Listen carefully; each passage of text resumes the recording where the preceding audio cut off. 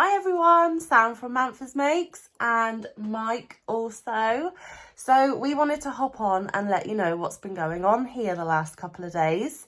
I have been furiously working on making the flamingo that came out of the Crochet Society box that the wonderful Kerry the Arnie Elephant and Froggy Went a Knitting Jennifer bought me for my birthday.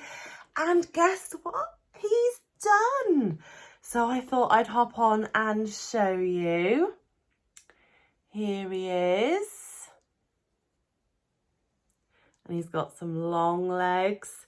And look at the ridges in his knees. They make his legs look so realistic. I'm super pleased with how he's turned out. Now in the pattern book, it's actually a she and she's called Frederica. But I don't really like that name. And Mike has nicknamed her Flemmy.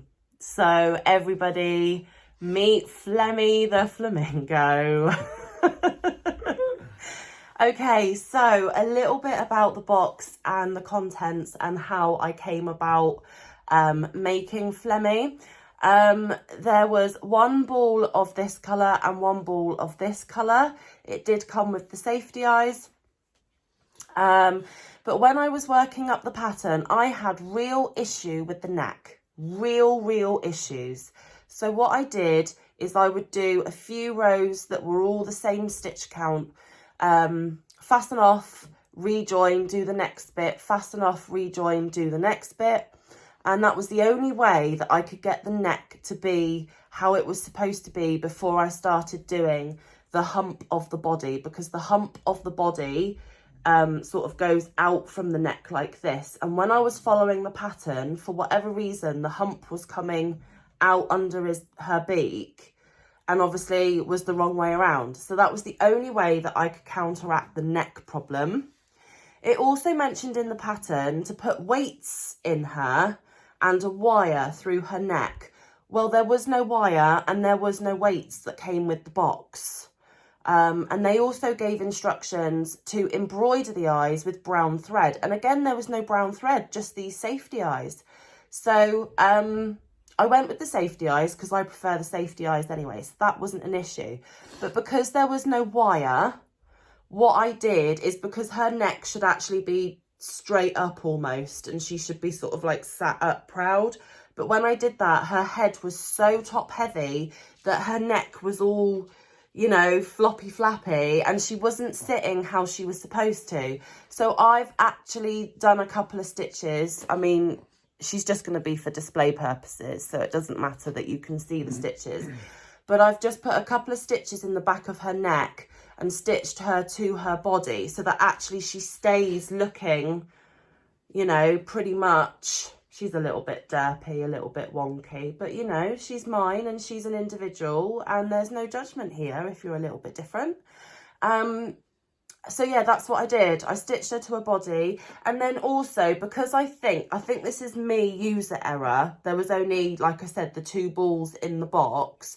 Because I kept fastening off and reattaching, and then obviously I had extra tails to sew in, I didn't have enough of the pink for the wings, because only this frilly feathery bit on the edge here, only this row should be the light pink. But I've had to do 2 extra rows in the light pink because I ran out of this colour. Like I said, that's user error on my part, but it was the only way that I could get her how I wanted her to be. So I have tinkered with the pattern, I have adjusted her to my own requirements, but I'm still super pleased with how she's turned out. And I actually prefer her sat, because now she can be sat on my shelf with her little leggies dangling over the shelf like that, and she'll sit up and be straight. Her neck will actually stay in position and not be bent and twisted all over the shop. So yes, Flemmy is done. Thank you again, Kerry and Jennifer, for giving me the wonderful box and the wonderful flamingo to do. I am quite tempted to make more of these and maybe make a family of flamingos. Who knows? Watch this space. But I just wanted to hop on and show you this. This is my only FO. Apart from Koji, I have completed Koji in his entirety, but I cannot show you because, of course, myself and Christina from Bella and Janetto want you to tune in to our live later this week. Still no date, still no time. I'm still waiting to hear back to see whether I've got this job or not. I was supposed to hear yesterday and they still haven't called. So I am still a little bit in limbo, but as soon as we have a date and a time for you, we will let you know. Please do keep your eyes peeled on both of our channels, and set an alarm maybe and come over and join us on the live to see our completed Kojis. And just a little sneaky FYI, myself and Christina were talking yesterday and we are trying to figure out what we want to do for our next collaboration. So again, watch this space. So I have been blathering on for 5 minutes telling you what I've been doing, and you're thinking, well, why is Mike sat next to you? Because this is what you've been doing, Sam. Wow.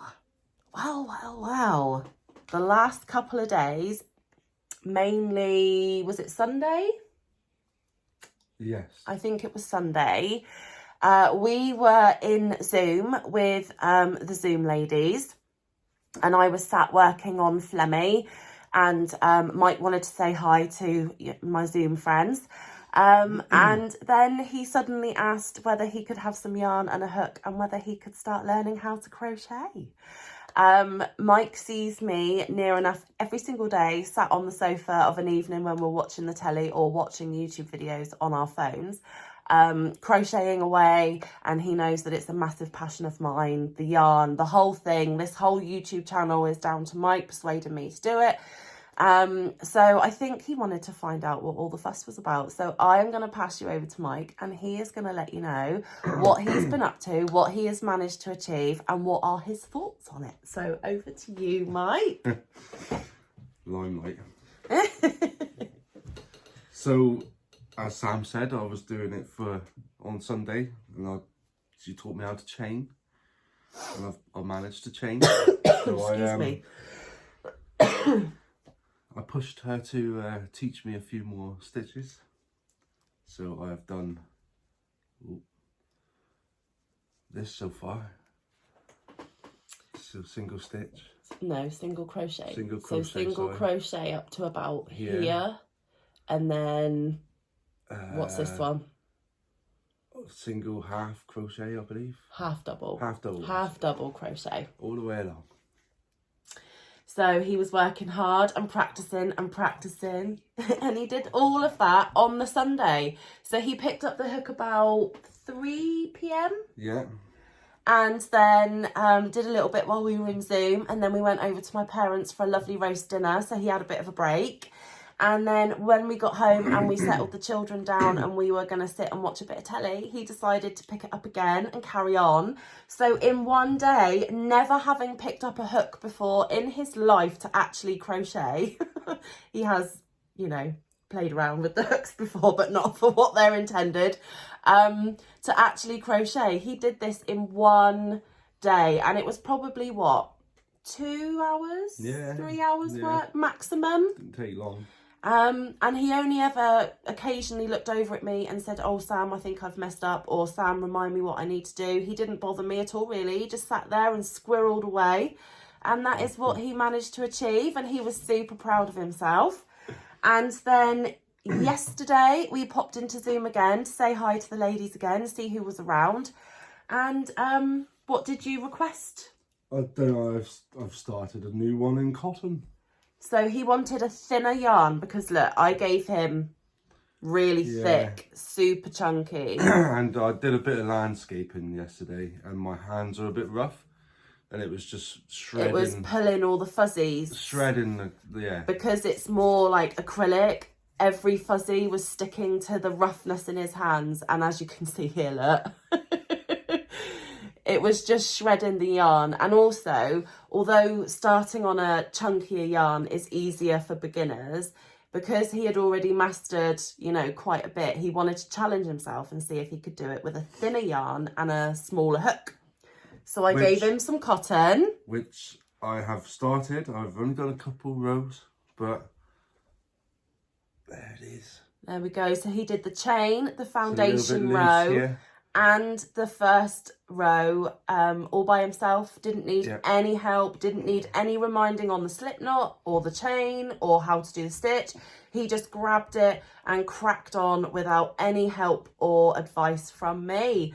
So he has picked it up super duper quickly. I'm very chuffed because actually I tried to teach my middle boy back in 2020 when the pandemic was at its, peak and worst, and we were all locked down, couldn't leave our houses even.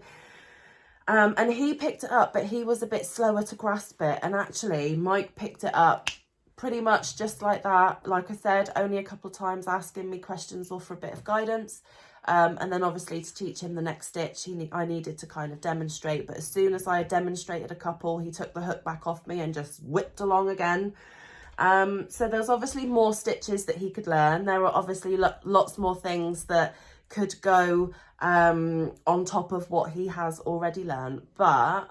And I do need to master my tension. It's yeah, that was the thing you most struggled with, wasn't sometimes I had to really pull the hook through. Sometimes I didn't have to pull it at all, just went whoop.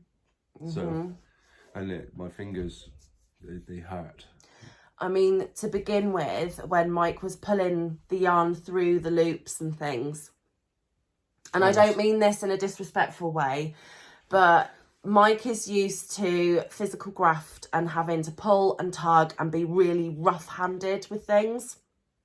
And it took him a little while to change his mindset in, you don't have to pull as hard as you can. You don't have to be so rough. Actually, with crochet, it's a little bit more finesse and a little bit more gentle. But as soon as that clicked, you didn't struggle as much. No. But tension was the biggest struggle for Mike, and it still is, isn't it? Because unfortunately, Mike has got a bit of arthritis in his hands, especially his knuckles.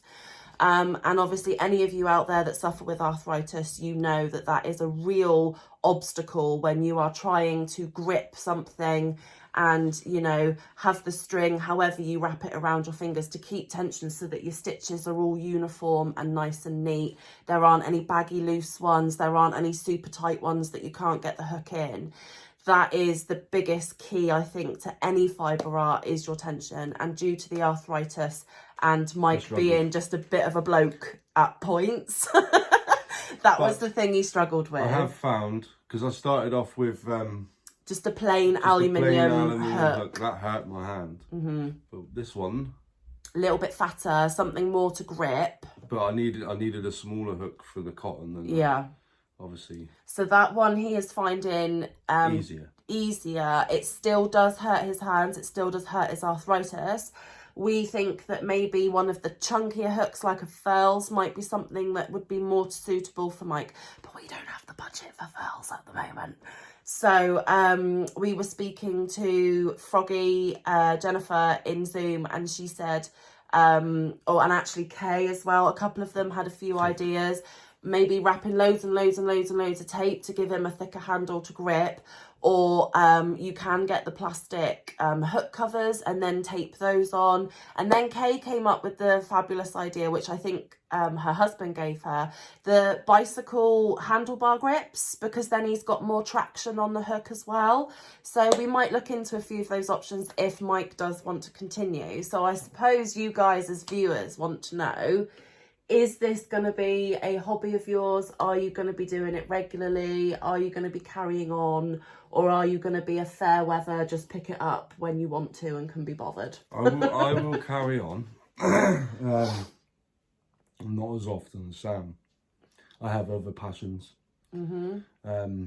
So it'll just be of an evening when I've not got anything else to do, to be fair. Yeah, so you're not going to be obsessively into it like I am. No. It's not my but thing, it is another option, another activity to do if and when he's scratching his head a little bit and doesn't really know what to do with any spare time. It's not my passion, but I can do it and I'm enjoying it. So and I think you're pretty proud of yourself that you managed to do it, because actually Mike did used to do some cross stitch, and when we first got together earlier in our relationship, he did start another cross stitch. But obviously, as time's gone on and the older Mike's got maybe the patience element and maybe the tiny fiddly little, you know, finessey, intricate bits are maybe more of a frustration for you now rather than what it might have been earlier on. You know, before children, before busy work schedule, before, you know, our time being very limited to do what we enjoy because we have 4 other little people that need our time and attention more than we give to ourselves. You decided that maybe crochet, because it isn't quite as finesse and intricate as cross stitch, might be something that you could pick up and grab. And who knows, guys, if he gets his tension sorted and if he practices a little bit, maybe if I've got some big projects on the go, maybe, you know, like Bag a Day, Crystal, she starts a blanket, but then it's actually Eric, Mr. Bod, who finishes the blankets for her. So maybe, who knows? No pressure though, no pressure. But it might be something that Mike wants to carry on with. It might not. If he manages to do more progress or actually complete an actual usable item or whatever the case may be, we will hop on again and we will keep you updated with his progress and what he's been up to. But it's not going to be daily like me. It's not going to be an obsessive need in him like it is in me. Mine is a need. If I don't crochet at least for some portion of every day, Sam isn't very happy. But for Mike, he will be okay if he doesn't pick up his hooks. So I will finish this one. So I'm gonna make a windscreen cloth. So like a dish rag, but he's going to keep it in his car. So if he ever gets any mist or any smears on his car windscreen, he's got a cloth there that he can buff and clean it up with. And it's a usable object that he's made for himself. And, you know, who doesn't want something? When I was learning to crochet, as soon as I got my first finished object, which was a dishcloth, I was so proud of myself that I actually had a tangible, usable object rather than just a big long line of chains or just a scrappy little swatch that didn't mean anything, that didn't have a purpose. To actually have a finished object and something that you made and you can use and you can show off. Well, you all know what that feeling's like. But for anyone out there who's watching who hasn't even attempted crochet yet, what would you say? I suggest if you want to try, go for it. It's well, it's relatively easy, in my opinion. It's once you get the hang of your tension, you can just fly. And you get shown how to do the stitches. You get shown how to do it properly. I'm no expert, but I've just been doing it a little bit longer. And you, as long as you've got the concentration and you've got the patience to count your stitches. I didn't, to be fair, but it's worked out okay. So yeah, but basically Mike's saying that although there are males in the fibre arts, plenty of them, absolutely plenty of them, they're not as well known. It is still seen stereotypically as a female art form or a female hobby. It is also stereotypically joked about that it's a granny hobby or an old person's hobby. That is not the case. Crochet and knitting have had an absolute massive rejuvenation because of the pandemic. People of all ages and genders and backgrounds are picking up the hooks and needles and seeing if it's something that they can get on board with. So all of those stereotypes need to kind of be chucked out the window now. They're not really relevant. No. And it may not necessarily be your first thought of a hobby to take up, but honestly, once you do, pardon the pun, you could get hooked. And Mike has picked it up fairly quickly. To be able to do, you know, a whole, you know, swatch like this in a day is absolutely marvellous. Now, we're not saying that you're going to be able to achieve that in your first attempt. It is easier if you have got someone alongside you that's been doing it for quite a while and can teach you and have the patience to show you over and over again. You also need the patience to just practice frog until you master it, and only then should you move on to maybe some of the stitches. Yes, because this one I had to frog, no, that way. I had to frog when I got to the changing over to the half doubles. I did 2 rows and I had to frog the whole thing because I missed He a had stitch this actually size. he missed a stitch one side and Missed- put extra ones yeah. in here, And it went all like, yeah, it was all a bit wibbly wobbly and a bit bumpy lumpy. But yeah, I had to frog that back, and it's now. yeah, so if you've got someone that can, you know, sit beside you and help, then that's brilliant. If not, there are some fabulous thousands and thousands and thousands and thousands of video tutorials on YouTube. Please do check them out. And please just be kind and patient with yourself. You are not going to master it quick as a button. It may take you, you know, quite a few attempts to master what element of this hobby that you are trying to complete. But if you just persevere, it does end up, for someone like me, to be such a relaxing, mindful, enjoyable pastime. And it also gave me the avenue to open up a channel here on YT. I think the relaxing part comes later. Well, yes, because you are focusing and really like, I'm going to get this, I'm going to get this, so it's going to be right. A lot in the beginning, but I mean, I can already see, I don't know, like the here, tension's really not very loose. good there, so I should have frogged it out, but I didn't. And another loose one There's sort loose of here. yeah. But the rest of it seems to be okay, so I'm just going to keep going. Mm-hmm. Maybe fill it in. I don't know. But overall, don't be put off. If Mike can give it a go, and if Mike can, you know, pick it up relatively quickly and tell you that once you have, it's almost like ingraining what you're doing. By doing it over and over and over again, you're ingraining it into your brain. And once it sticks, you will have no problem, because then you can move on to the next bit. And even me, myself, after what, 7, nearly 8 years of crocheting, if I haven't used a stitch in a very long time, sometimes I have to click onto people's tutorials and refresh my memory of how to do that stitch. It doesn't all stay, but the basics of it generally do. And eventually it will become quite a relaxing, mindless activity for you to take part in. And, you know, Mike did it, and he's a bloke, and he's proud of himself, and he has just said that he would recommend that you give it a try. Why not? Why not? You only live once, so give everything a go. You might actually find, you know, a hobby that you're really passionate about and you really enjoy, and it actually helps you, because it has been proven that things like this are good for mental health as well. So, you know, there are lots of benefits. I think any hobby you love doing is good for you, basically. Yeah, definitely. And give it a go. You might find you love it. Mm-hmm. For sure. So that is what we've been up to over the last couple of days. Just thought you guys might find it a little interesting that it's not just Mantha doing it now. What are we going to call you? I don't know, but I'm going to overtake.